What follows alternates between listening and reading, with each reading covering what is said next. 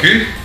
Ik weet niet wat het is, maar ik vind het sowieso verstandiger dat jij dat doet. Dit lijkt op een spel, dit ruikt naar competitie, naar om ter eerst, om ter abst, om ter best zijn.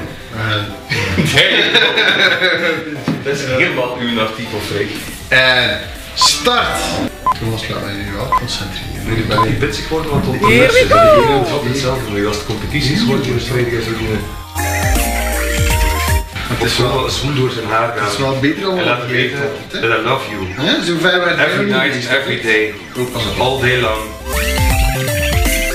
Ik vind het een agressief spel. Ik vind het ver van pacifisme afzitten. Wat denk jij, Freek? Ik vind het totaal smerig. Echt smil. Als flatline is het. Dat is het enige wat er nu nog aan Stage 2, hè? Wat deel, waar zat jij? Oh fuck, nu wordt het echt wel moeilijk. Ja, maar moeilijk gaat ook, hè. Freek doet ook geloven in jezelf. Ik zeg altijd, door volharding werd Thomas bereikt de slag te pakken. Is dat net niet zo handig? Manier om op de oplossing te komen? Nee, redelijk nieuw, nee. Denk je niet dat we aan de hand van communiceren en game over. niet met te praten?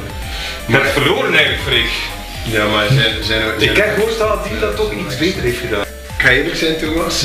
Dat verstandig is dat ik dat gedaan heb. Want ik denk dat dat niet voor u meer is. Maar jij hebt andere talenten. Ik heb gewoon het gevoel, Freek, en ik wil u niet met een slecht gevoel houden, maar er zat meer in. Er zat meer in. En nog één ding, in plaats van direct schieten en iedereen kapot, probeer eerst een keer tot een overleg te komen, te praten en te zien of we daar niet makkelijker... Hij is zo zoet, hè, zo'n ding. Direct schieten, dat vind ik zo. Hoe gedaan? Ja, is het goed. Wat goed. Abdeel, eat that.